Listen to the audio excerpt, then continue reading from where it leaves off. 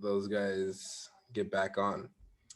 All right, cool. So welcome to the staff meeting. We are going into December week 3. Yeah.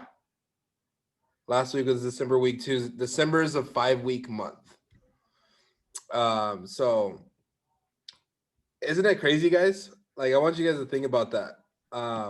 Isn't it crazy that the year is like, and it's done in a sense, right? Like, it feels like it's done. Hey, Kaylin, did you want to finish what you were saying? I don't know what happened. We got too excited. Yeah, I'm not sure what happened, but I just wanted to share that because it seems like we all enjoy the video games in this group, and this video game group produces almost. We should all get together online and. Yeah, man. I only play with 2.0 KD people, so if you got 2.0 KD, man, run it. Yeah, I don't know what that means. All right. 2.0 KD. That was a sign of confidence, John. That's what that was. All I know is I got it. So challenge accepted.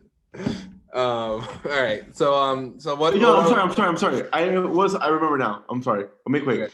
Okay. I did play Warzone today, but I also did a practice interview as well because that's more important. There we go. Nice. I'm grateful for that. Yeah. Okay, cool. Yeah.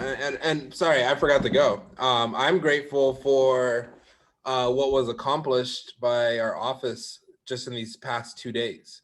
I don't have the exact number, but I know we scheduled like 22 PRs last night. And then I think we scheduled like 18 PRs today. So that is like 40 PRs. And that is a step in the right direction. And I told Evan, I was like, hey, this is the last you're going to hear about East Riverside sucking at PRs. Like, I'm very, very confident in our new system and in our program. I don't know about you guys, but I felt really good about it. And that was our first time doing it. So I can't wait to do it again now that everybody knows what to do and just see how many we can really book, especially after, like, imagine us when we launch 20 on the 18th, which is the goal. And we have 5,000 PR names, that's going to be insane. So like I was saying, it's basically the end of the year. All right. We're in December week 3 right now. And now's the time to turn it up, whether it's like your own personal goals with CPO. As you guys know, we're turning it up with the office in recruiting because we want to finish this year strong. I actually got a text message from our region manager today. He was like, Baker, we need you at P Banquet. Like, it wasn't even like an option. He was like, we need you to get to P Banquet. You're so close. Are you going to make it happen? And I said, yes, boss, we're working on it. So now the pressure's on. Like, the region manager is like expecting us to be like at the president's banquet and hit that achievement. So that's a big milestone. I wanted to start off with some hot news for this group. So I already shared the hot news with PRs yesterday. So I want to thank everybody that contributed to that. I want to talk about your guys' show from the PRs that you guys scheduled. So we had 2 interviews today. We had the 12:45 and we had the 3:45 interview. Brento, good job. You had 100% show with your PRs to the 12:45 interview. Ivan, good job. You had 100% show with PRs to the 12:45 interview. Kyle Bugatti had 100% show. And then the automatic conveyor system had a 17% show. So that is why we call PRs. I wanted to show you guys how sucky office conveyor was for that interview compared to our stats. So it's always better when a human does something than a robot. Okay, I can't say always, but in this sense right here with like scheduling an applicant, it's better when a human sets it. Okay. The 3:45 interview, Ivan, you had a 67% show. So that is great. And then I had a 50% show. And then Teresa had an 88% show. Now, this 88% show is the most impressive to me, just because she scheduled 8 people for that one interview and 7 of them showed. So great job right there. And all those were scheduled today, same day show. So you see the power of same day efficiency. So when you're running an office and you're planning something with PRs, um, ideally you want to plan it in the morning. Like that is like the most ideal, where you can get a lot of PRs booked up in the morning. We started making PR calls. Jacob, Teresa, and Michaela and I. We started at 10 a.m. today, and we were able to schedule a lot. Most of them were same day, and we had really great shows with that. So that's the power of the same day efficiency. So good job right there. Teresa led the way with the staff as far as booking PR. She scheduled 10 today. So give Teresa a round of applause on that. Actually, give everybody a round of applause, because I know with like the amount of names that we had working with, we had a lot more people calling yesterday. So I think like Ivan, Kyle, and Brent all scheduled 4. I think Kyle ended up scheduling 5, like to the point where like Rochambeauing for that. Kaylin, I think, scheduled 3 or 4 as well. So it was a big team effort, and then we have a lot more PR scheduled tomorrow for Kaylin's interviews. So it's going to be really exciting.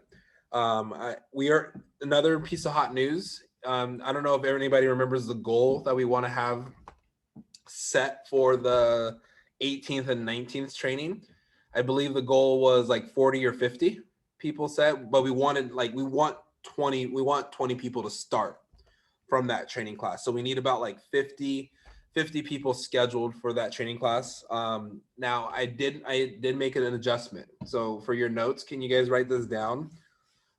I made an adjustment for training that week. I know I said the 17th and the 18th. I made the adjustment today to move it to the 18th and the 19th.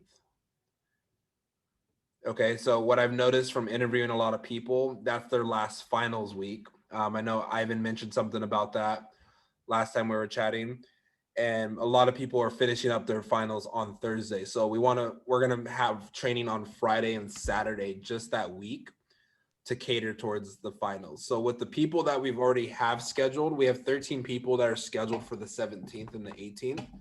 So it's not too many. I'm gonna create an email for you guys to send out tomorrow to those people, letting them know that there's a day shift on it. So they have enough notice for that, for us to make that change. Okay. So those of you guys that are running interviews this week, you'll see the 17th and 18th training in there until I get everybody rescheduled over. Don't book for that one. All right. Don't schedule people for that one. Schedule them for the 18th and 19th. Okay. So, Kaylin, I know you have interviews coming up. Austin, Brent, Jacob, Teresa, you guys all have interviews coming up. So just make sure you make that note.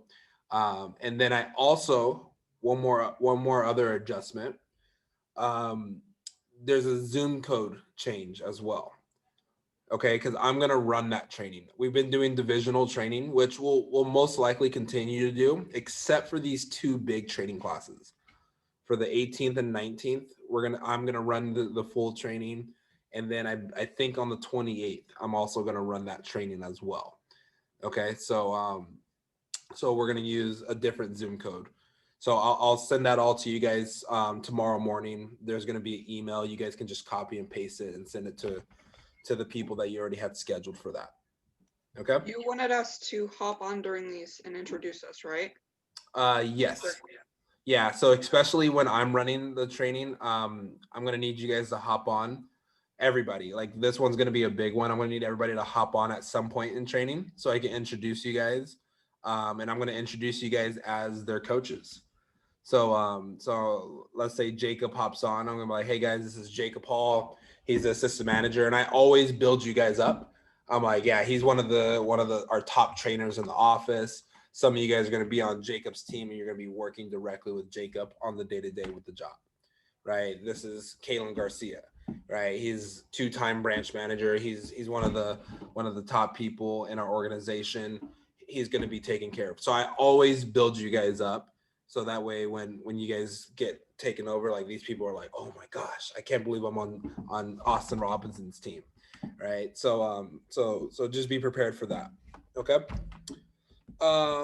Here's what I wanted to talk about. for today, and then our guest speaker will be coming on around 9:15, somewhere around there. So our guest speaker, Austin Oberbillig. I told you guys a little bit about him. He has the hot hand right now in the region. He's killing it. He has lots of fire. And like I told you guys in some past staff meetings, my goal is to get you guys the best coaching, the best training, and the best resources, right? Kind of like our PR system. I worked really hard on trying to figure out how to make this efficient with a large staff and make things smooth and simple.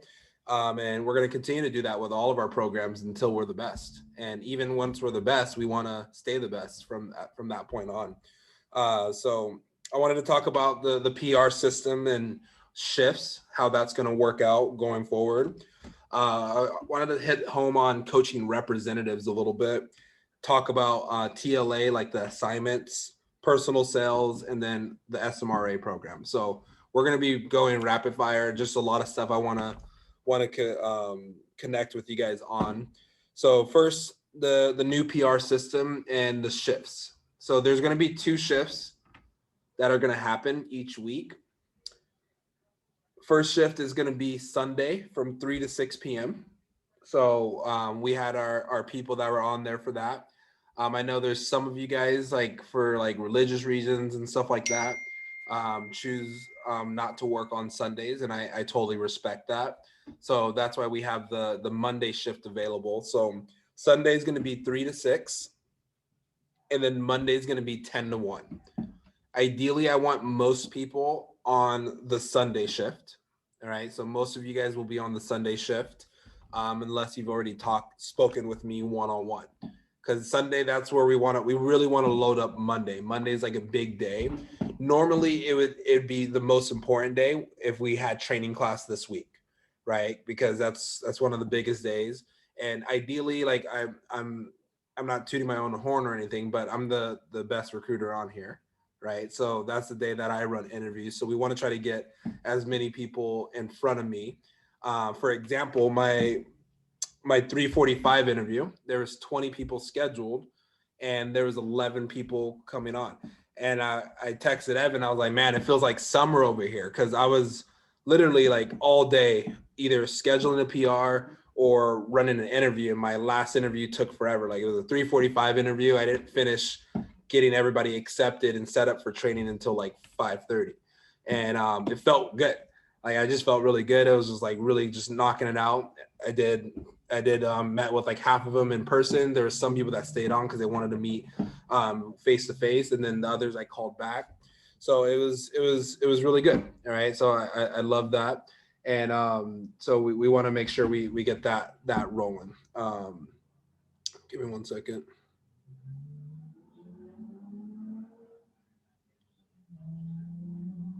Our guest speaker. Hold on.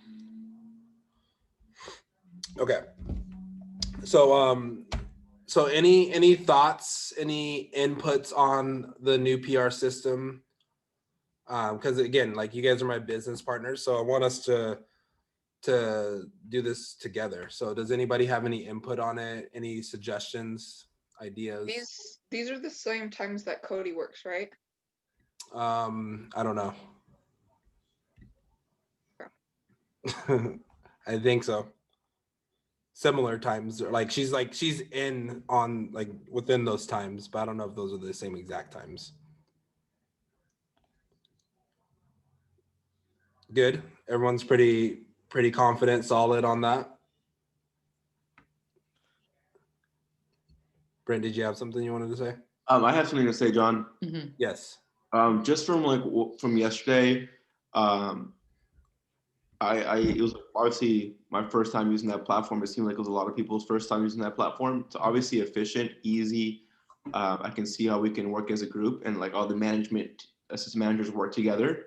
I just feel like maybe, you know how we split up our names? I know some people didn't scrub the list, so that was our fault. But I think when it comes to this coming up PR calling time, I feel like we should just focus on our people that we get. Like if I got Marco, if Ivan got, Layla, Teresa got,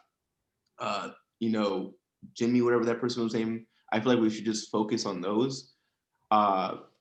Unless someone needs help, because I feel like we may have double texted some people or kind of missed some people in the cracks, maybe. You know what I mean? Yeah. Yeah. So I'm glad you brought that up. Yeah, no, I totally agree with that. However, so that's why that second shift is really important. We picked up a lot of loose cracks right there. So we kind of corrected anything like Teresa. Sorry, let me repeat that. Teresa kind of went through all the responses and corrected some of that and scooped up any of those, some of those. A lot of like the ones that she started off setting up today were rollovers from last night. So the only thing I want you to think about is like, okay, when we do work on just one person's list, how do we do that? Right? So is it better to just let somebody sit on there for 10, 15, 20 minutes waiting for a call?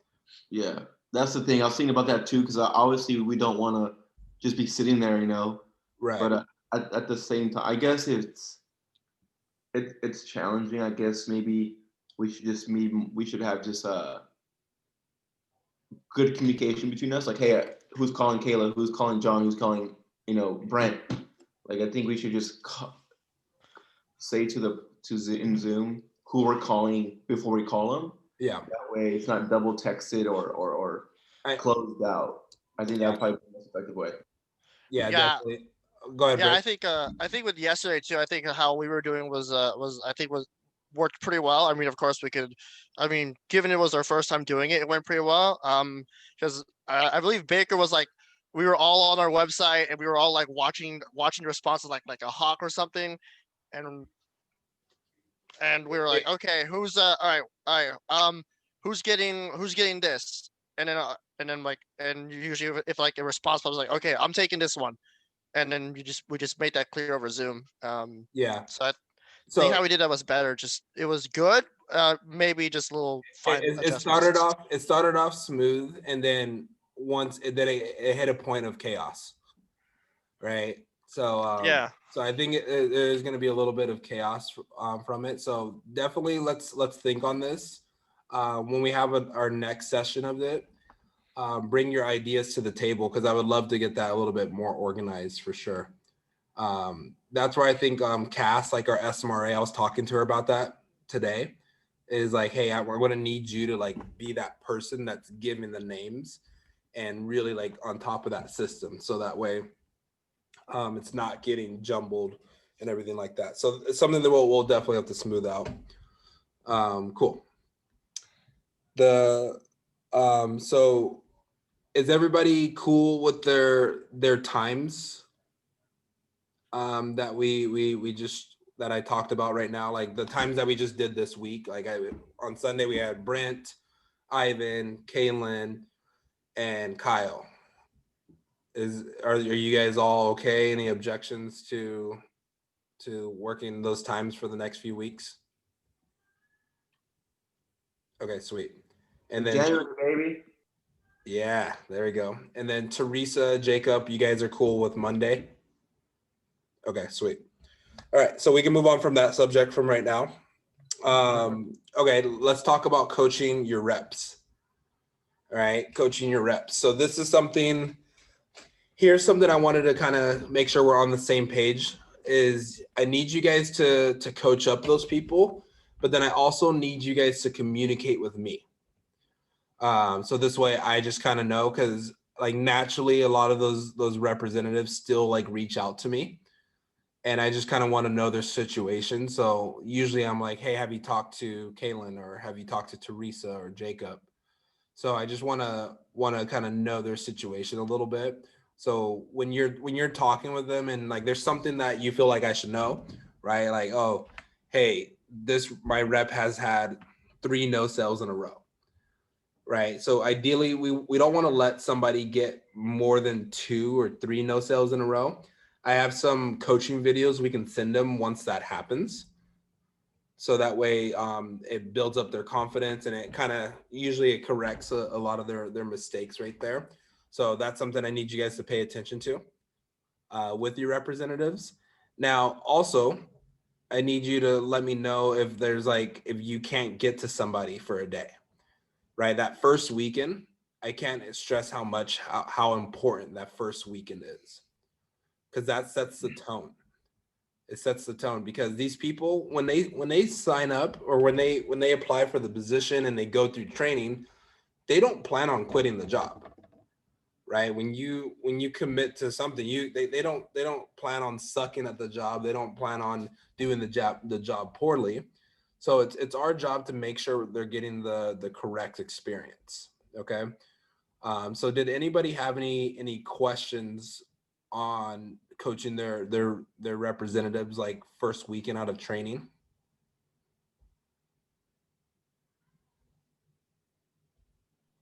Do you have anything that like I could have handled the Mia situation better, or anything that I should have done to try to get her to respond? So with Mia, she didn't respond through the first text, right? That I set up, right? She didn't respond to the where you introduced us, and then even after introducing us, I messaged her one-on-one so that Mhm. we could have our own chat without bothering you. And she's never messaged me back through the one-on-one, and she's only responded once through the group chat. Have you called her like that? Like when I first set up that three-way text, did you call her? I've called her twice. Okay. Um, yeah, Mia's interesting. Um, Anything that you could have done better? The only thing I would say is like that first day that I set up that three-way text, call them right away, right then.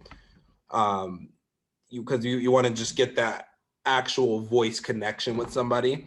They can, that way you guys can talk, just chat, and everything like that. But other than that, if they're not responding and they're not even giving you a chance, there's not much you can really do right there. All right. So and by the way, I have a one-on-one set up with her for tomorrow. So if you have some time, I would love for you to hop on to that as well. But I'm definitely going to talk to her about her communications, because it's very poor. What time is that? 10 a.m. Okay.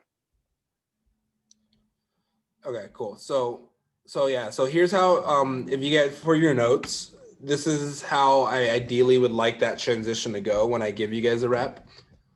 So after training, um, if you're available like Friday around like the end of training, I would like to just get everybody hopped onto a Zoom. All right, this is the ideal vision for this, for like the big training groups, especially like the 18th training class and the big dance. What I would like to do is have you guys hop onto it, and then so that way I can just put you guys in breakout rooms right there in training, so that way we don't have to actually like miss out on the poor communication. What's up, Austin? Welcome. Let me just wrap this up and then I'll let you spit fire.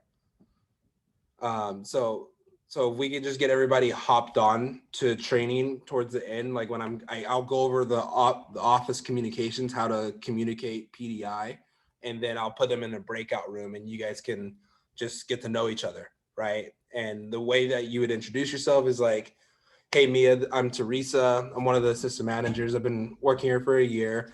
I'm gonna be coaching you throughout your fast start contest. So you can check in from all your appointments with me. If you have questions, reach out to me. And if I'm in class or something, you can just shoot John a call. But I'll take care of you, and I'm excited to get to know you a little bit more. Tell me a little bit about yourself, and it doesn't need to be a long interaction. It could be just something brief, connect, and like, okay, cool. Who's your first appointment with? Awesome. Just have fun with it. Follow the manual. Remember, just call me at the homemaker so I can give you the friends and family specials, and let's try to help you get your first sale tonight. And then boom. All right. And then from that moment, also, I think it would be a good idea to just set up that time to get the one-on-one with them. Right. So it's like, hey, do you have time tomorrow or on Sunday? What day do you think would be better for you? I just want to get us to get like one-on-one, quick 15, 20 minutes just to get to know each other, set some goals, and talk about your schedule and plus go through all the friends that you recommended. Cool. Any questions on that? All right. So we'll come back to this. I want to be respectful of Austin's time. So you guys. I got all night, by the way. So the rest of my night, I finished my staff meeting early. The rest of my night is for you. So thank you. I got you. I appreciate you. Just so you know, we're recording because we have a couple staffers in finals. Great. So you guys, this is Austin Oberbillig. He's one of my closest friends in the business.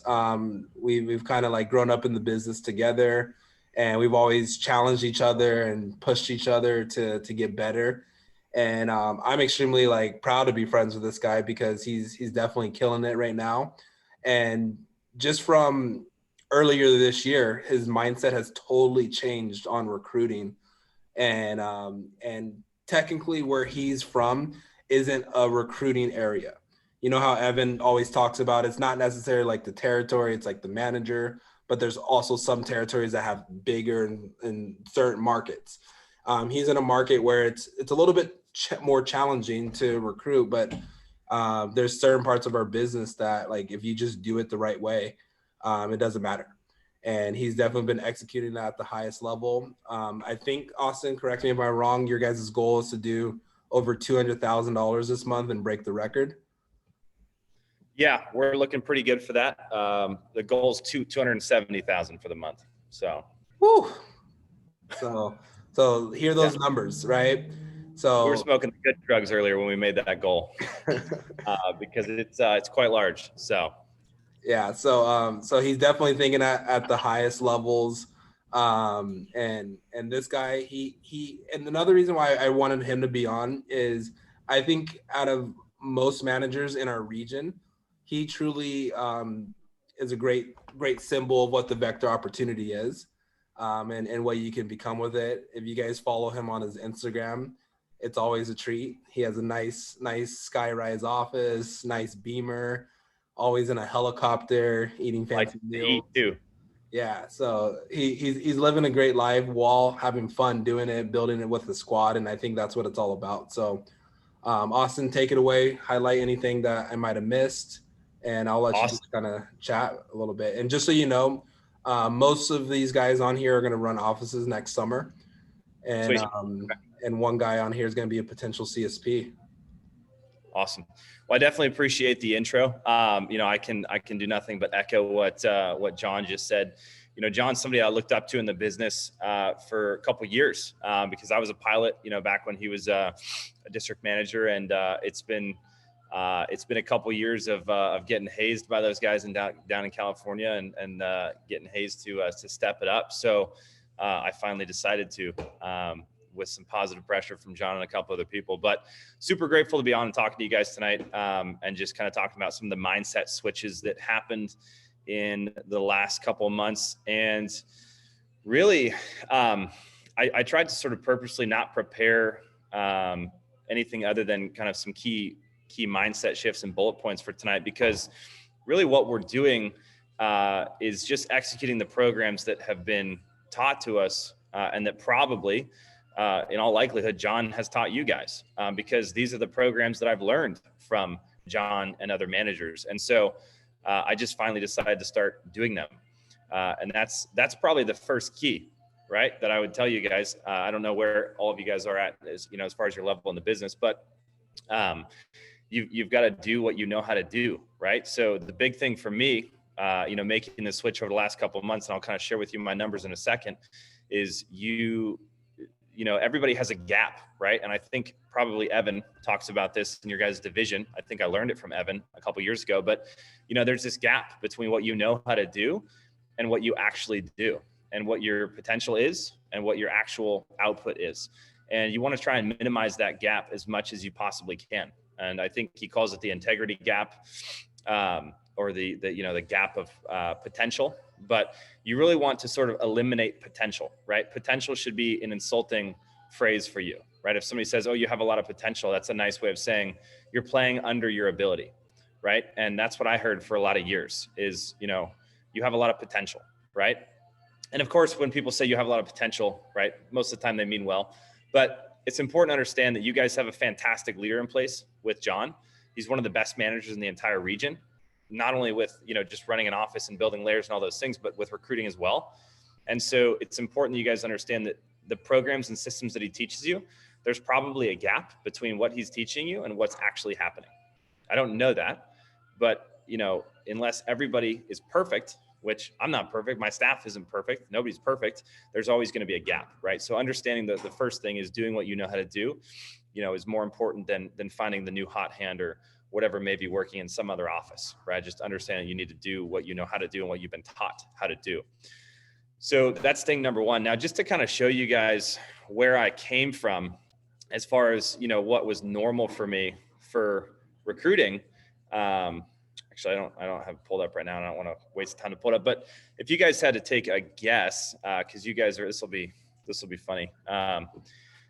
Being in the office that you are, how many reps do you think that I launched from my office in the first 3.5 years that I was open as a manager? 3 years, first 3 years I was open. Do you guys, I assume you guys cover launches every week, John? They know how many you launch in your office? Post in the chat box, just post in the chat box or unmute yourself. How many do you think we launched in my first 3 years open as a district manager? 350? That'd be nice.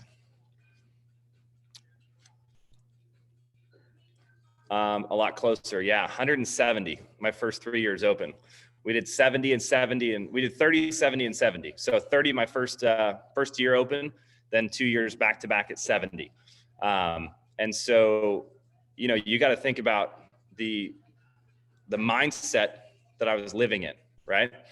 I was excited about 3 to 5 launched for the week. That was exciting for me. And then I realized a couple months back, after 3.5 years, right? It took me long enough. That's just not going to cut it. That's just not going to cut it. And so, you know, we have this amazing staff in my office, and we learned from each other, right? And the standards became, you know, 8 to 10 launched for the week, 40 PR set for the week. And we just launched 27 this last Saturday. We had 30 in day one of training, and we launched 27. And that's half of what I launched last year.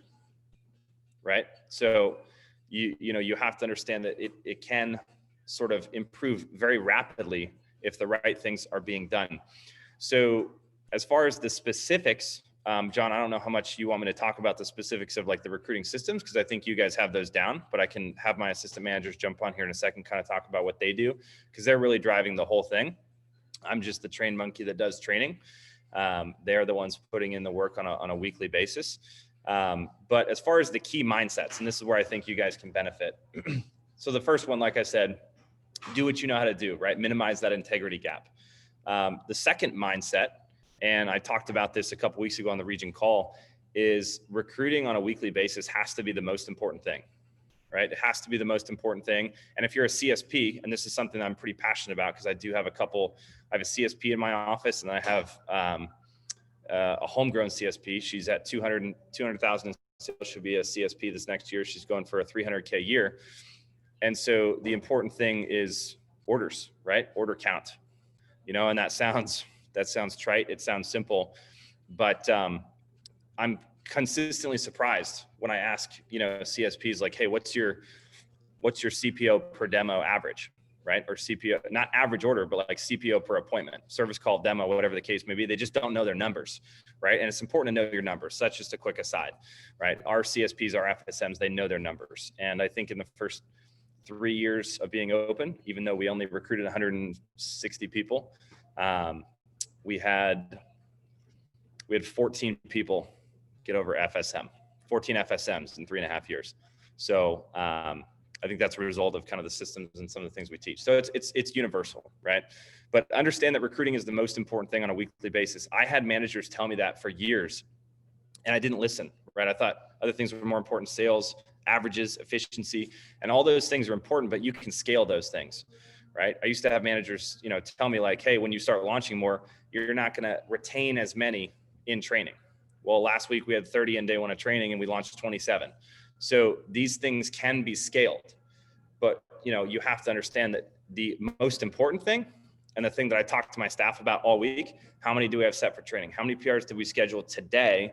And how many did we recruit today? Today in my office, we hired 22 people. We accepted 22 on the day, which puts us at 36 for the week. And we will probably get to 60 or 70 again set this week. Again, this is more people. We're going to launch more people in the month of December than I did in 2018 and 19 in 1 month. So you can turn things around and you can do it quickly. The way it started for us a couple months back was, number one, a decision, right? And that's kind of why John, I think, wanted me to talk to you guys about tonight, is the biggest thing is the decision. Maybe you guys have heard this from Tony Robbins. Maybe you haven't. I don't know. Are you guys familiar with Tony Robbins? You guys all know who he is? I hope. Okay, good stuff. So, he talks about the idea that a decision does not take 5 years. It does not take 10 years. It's immediate, right? And a decision is immediate, but it may take you a while to get there. So I encourage you guys to get there as quickly as you possibly can, right? And I was speaking to my staff tonight. We're going for this massive goal of $1 million for the year, which a quarter of that has to come in December, because I wasn't doing my job for the first 7 months of the year, 10 months of the year, actually, depending on who's counting. But now we are. And so now we're having to make up for lost ground, and we're doing a pretty good job of it, right? But I talked to them about the idea that more important than any goal, and this is huge, and this is not necessarily up to John, this is up to you guys, but more important than any number goal for a staff is that the staff is moving in a forward direction together. 100%. That is the most important thing, because nothing can be accomplished if you guys are not all on the same page and you guys are not all passionate about and having ownership of the goal on an individual level, right? My FSMs and CSPs are involved in our weekly staff events, right? Like my CSPs are texting me and saying, hey, how many did we pick up today? Right? So everybody has to help everybody. Everybody has to be moving in a positive forward direction. Everybody's job matters. And that's far more important than the number goal for the week, because you guys got to think, with the leader that you have in place in John Baker and the skill that I know all of you guys have, because that's what he does. He develops people, right? To have a high level of skill. If you guys are all heading in the same direction, right? You're all heading forward and you're all working on the same thing and you all understand your role. It's not a question of, are you going to do $1 million next year? It's a question of, when are you going to get there? Right? And that's the same question for us. So I can talk more about the systems and kind of how those things work, and I can have my AMs jump on here, but I really want to encourage you guys over these next couple of weeks as a staff is to say, what do we want to be about in 2021? What involvement do I want to have? What's my relationship with the ownership that I take over our office on a weekly basis, right? Am I following John, or are we trailblazing, right? Or is John having to catch up with us, right? Because there's a couple weeks there where my staff was crushing it so hard, I'm like, shit, right? Law of the lid. I got to catch up. These guys are killing it. And I had to catch up to them from the standpoint of like, okay, I think we can do bigger numbers, right? So are you setting the pace as a staff? Are you dictating the pace? Because it's only going to be better for you when you run your offices this summer. It's only going to be better for you. And you guys have an opportunity to do that on John's dime right now. You guys can screw up right now, and it's going to come out of his paycheck, right? He probably didn't count on me saying that, but that's what it is, right? And when you guys have that amazing opportunity, right? And then, same thing for the FSMs and CSPs that are, going to be in your office next year. It's like, you guys have the best FSM culture in the country, in the company, down in Southern California. So,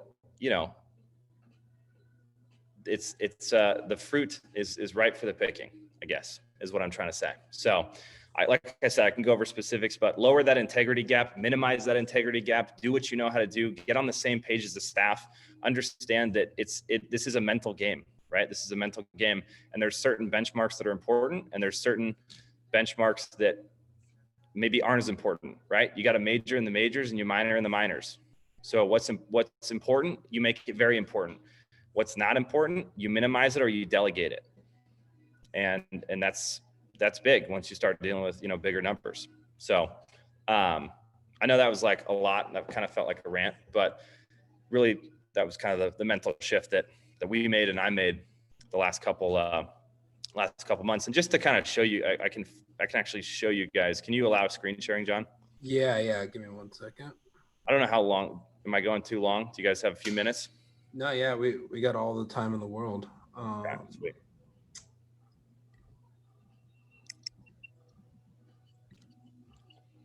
All right, you should have it now. Sweet. Yep. So let me just.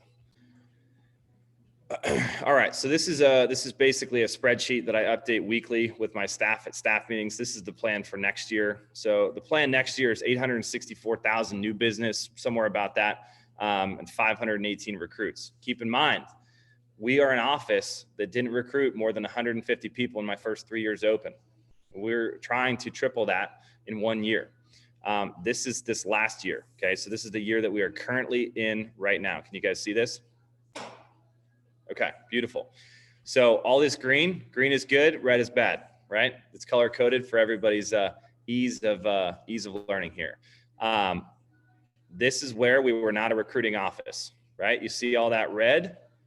Look at the recruits. 3 recruits for the week. Come on, right? 5, 0, 2.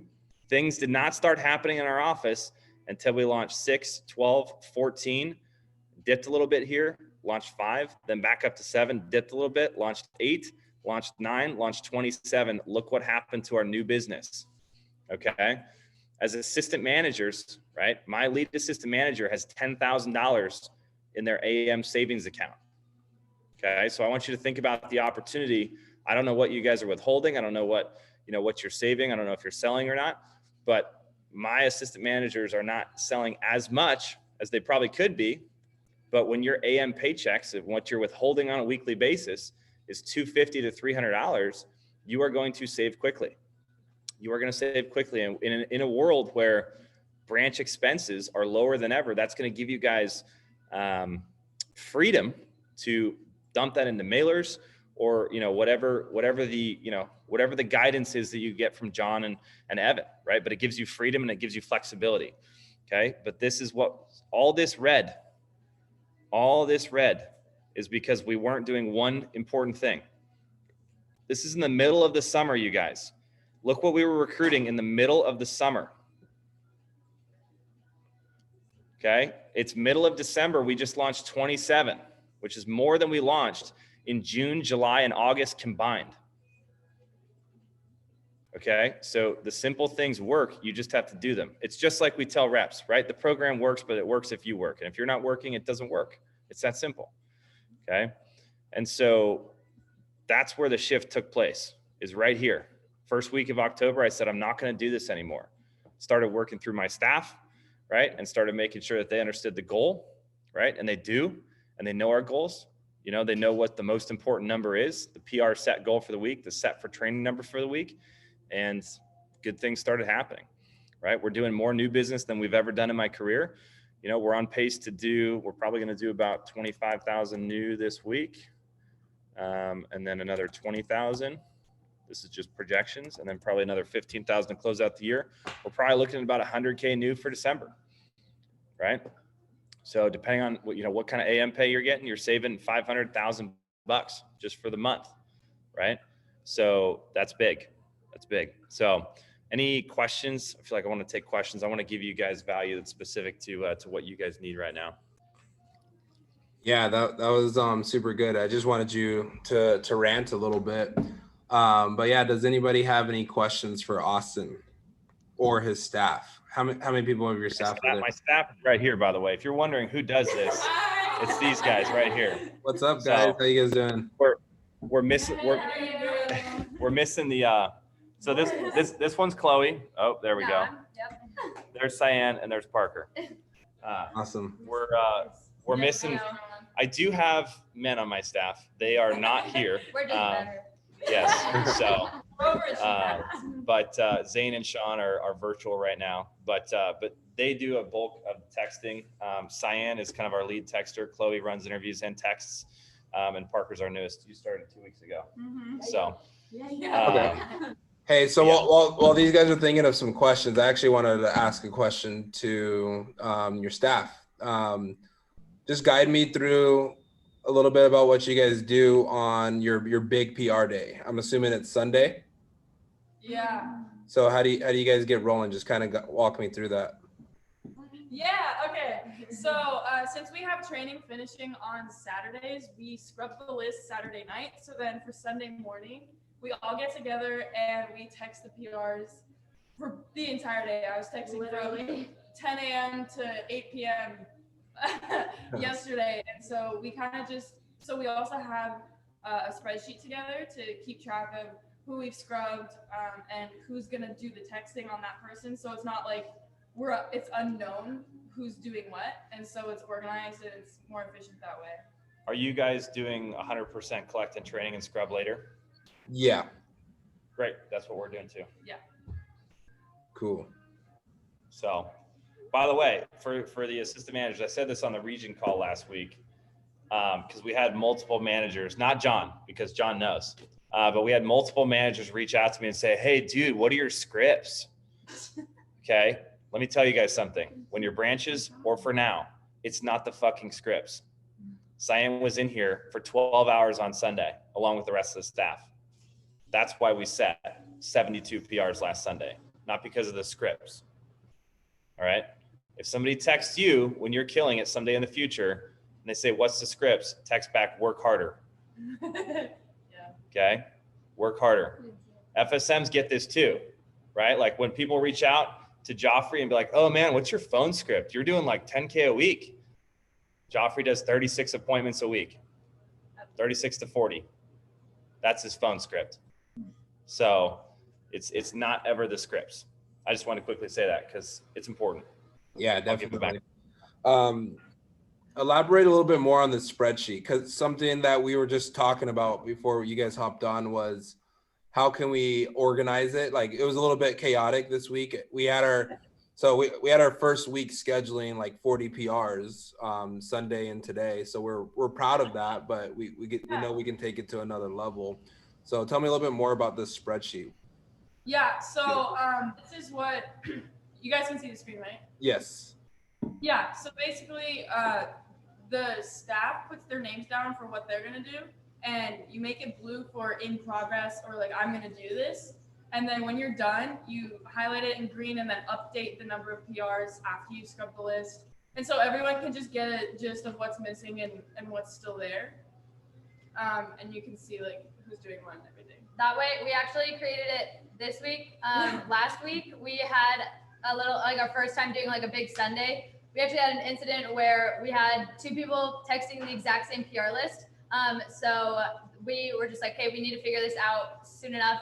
The girls in the office love to color coordinate everything. So that has been really helpful of just like creating this spreadsheet and then color coordinating it just to see like, so there's no miscommunication of like, oh, did they say that they're going to do this? Well, now we can just go look at any time to see if it's done, if someone's assigned to it, who's doing what. You don't have to wait for someone's response. It's right there. And we're always reminding each other in the group chat, hey, make sure you guys update the spreadsheet so everything's up to date. We know it's to do. So that's been really helpful as well of just organizing so you don't have to wait and rely on other people to respond if someone's busy at a time when you need them. Yeah, that helps a lot. Same thing for our recruiting document. It's all color. It's all color coordinated. Blue and green. Seahawks, baby.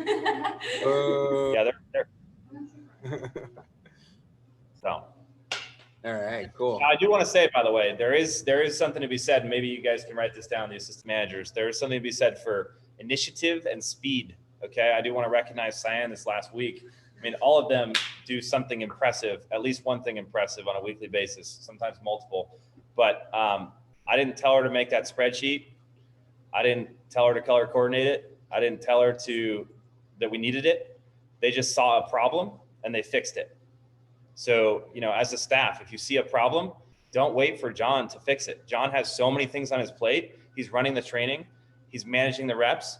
He's managing the entire organizational vision, right? So don't wait.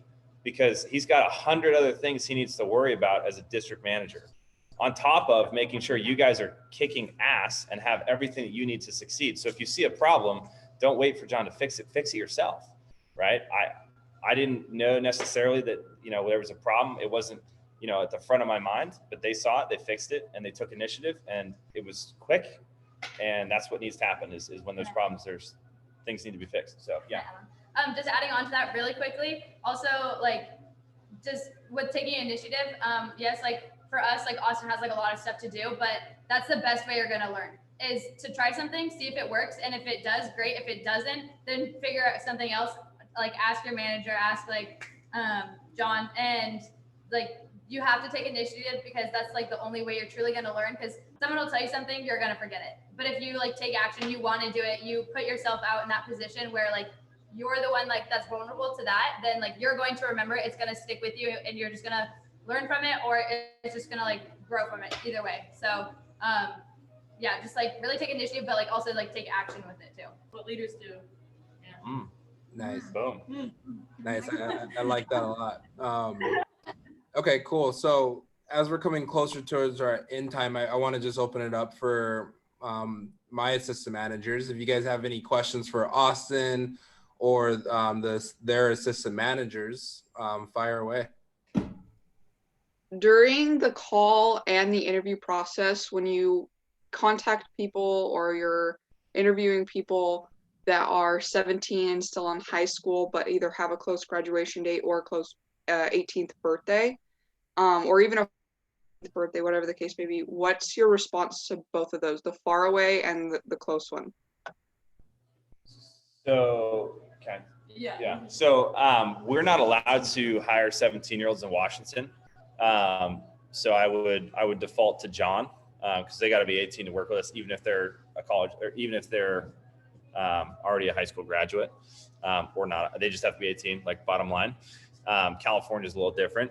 As far as what would be my, I guess to clarify the question, what would be the response to somebody saying that they're far away, like physically far away from the office? No, so like if their 18th birthday was far away, but they were interested. Got it. Yeah. So I think the simple principle I would say there before, and again, I would just default to John on this one, but the simple principle, and I just explained this at the staff tonight, is like, there's this idea of like the long game is the only game. And I would write that down because that applies to so many more things than recruiting. The long game is the only game. That's the only thing that you should be focused on at any time. If you're an FSM, the long game is the only game. If you're an assistant manager or a manager, the long game is the only game. And so you've got to play the long game, right? So are you building relationships with your future recruits? Are you, that would be my first question. Are you handling that in a way where they're going to come back and apply when they are 17, when they do, become eligible, when they do turn 18? And then I guess my second question would be, what's your system for capturing, those people? So maybe, again, this is a perfect opportunity. You don't wait for John. You just start making a spreadsheet of all the people that didn't accept the job because they were too far from 18 or too far from the qualification. You save their name, number, and a couple things about them. And then what do you think that's going to do for your future, right? When at the end of the year, you can email that to John and be like, oh, by the way, here's 48 people that turned 17 or 18 in the next 3 months. I interviewed them this year and they need jobs now. And then they start during January program, the kind of confidence that's going to give you going to next year. So I know that doesn't directly answer your question, but those are the two things I think about, right? That's a perfect opportunity to take initiative and fix something or add something that doesn't exist. So, but then again, I would default to John on that one. So great question. I have one thing to add to that. Another thing that's awesome is some people who are 17, they know people who are 18. So one thing you can ask them and have them contribute to you texting them is say, oh, okay, that's great. You can work for us in the future. We'd love to have you on the team. Do you know anyone who's 18 or older? And that way you can get something out of that now. So those are like two things that I was thinking. Austin covered one, but yeah. You can tell that they are recruiters by nature. We want more people. I love that. I love that. That's a very simple thing. So that's a good one right there. All right. Anyone else with a question for Austin or the staff? Yeah, absolutely. I'm getting back into the game, so to speak. I've never done the recruiting route. I was a CSP back in the heyday. But what would be like your guys' best tips? Just gaining momentum. What do you guys do in your ways? Do you feel like you build a lot of momentum doing it? Yeah. I kind of relate to this just because over the summer I was the only assistant manager in the office before we started getting more staff. And I was recruiting a lot, and then school hit, and I went from like 22 recruits like a week to like 3 or 0. Like it just went from like 0 to none. So now like I'm picking back up. Honestly, at first I was like, oh, I don't know like how I'm gonna like fit everything. Like it just takes like so much time texting, but like it's just like simple. You just have to do it. It's like to gain momentum, like you can start with like a smaller number just to get like the hang of it again. And then there has to be a point where you're just like, you know what, I'm just gonna do it. It's like a demo too. Like, you know what, I'm just gonna do the demo. I'm just gonna like do anything, or like I'm just gonna do phone time. Anything you do, it's just like you just have to dive in and you have to be completely committed. It's not like dip your toe into the water, like, okay, I'm gonna like half text these people, like not completely use the scripts or anything. Like if you're gonna do it, and do it 100% your best. And when you start doing that and you like really give it your all, that's when you're gonna start seeing the momentum build and the results build. Is like when you're actually giving it everything you have and you're caring about it and you're not just blowing it off or like text half of like something and say, oh, I could do more, but I don't feel like it. Like if you can do more, do it. But that's my biggest thing is just dive in and like trust in yourself. And then also like I asked the girls and like the guys on our staff too, like for help all the time. And like, Yeah. I'm like, hey, can you cover this list? Or hey, like ask for help too. Ask for like I trained some of them, but they're also teaching me some ways of like, oh, this is faster to put it in this way or something like that. So like use the people around you, and just like learn from each other, teach each other, and yeah, just dive in. Yeah, going off of that, get more people on your team. Like the more people you have, because one person can only do so much, and you can give it your all, but you can only cover so much of your all, and so you need more help and more people to cover the work that you don't have time for. And so just like what Chloe's saying, ask for help, get more people on the team. When I started working, we weren't really recruiting that many people, and getting another person that has PRs that they could also bring on the team, and you know, you go through your Instagram list and now you have like 20 more people on your team who are also giving you PRs. So it just exponentially increases the more people you get and recruit. So. And just like having one person focus on one specific area. So Cyan, right when she joined, it was her Instagram, her followers, all of her PRs, and like it blew up from there because Zane, Sean, and we were all texting PRs. We didn't really have any PRs at the point. And then we hired Cyan, and she went to like people at her school that she was following on Instagram, just like old friends that she hasn't talked to in a while. It's like, it just takes one person and just have them focus on one specific area or like theirs, and then it will grow from there. And then if you have multiple people doing that, obviously it'll grow even more exponentially. Yeah. I don't want to, that was perfect. That was a perfect answer. So I don't want to take away anything, but I have one thing if you want it. Well, if you feel like that answered your question, that was a lot of good stuff. They're already starting to delegate too, so that's how you can tell that my work is cut out for me. Yeah, sorry. These next 6 months. No, I was just. Have you guys ever heard of double minimums? Because this is an important. Okay. No, I don't think anyone's familiar with that. Okay. Would you like me to talk about double minimums? Yeah, definitely. Okay. Pretty simple. I actually learned this from Ryan Casey. This applies to being a rep, CSP, manager, whatever. It's the first step in gaining momentum back is just like Cyan and Chloe talked about, is understanding that that's a difficult thing to do, and it requires some sort of rewiring of the way that you go about it.